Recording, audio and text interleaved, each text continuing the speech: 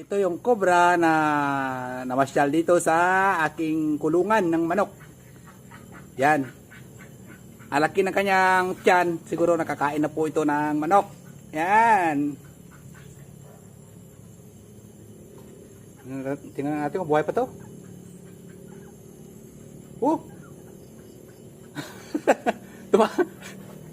Nakataas. Nakataas ang leg. Buhay pa pala. Kala ko nagpapahinga. Nako. Delikado itong mga manok ko dito. Kinakain pala ng cobra. Medyo malaki na rin kasi oh. Tingnan mo. Tumataas ang kanyang leeg. Yan. Samantalang doon yung mga manok ko, parang wala ka na sa kanila. Hindi sila takot oh. Nako. Atas muna tayo. Baka matuklaw tayo nito. Delikado na. Yun lang mga lods. Bye-bye.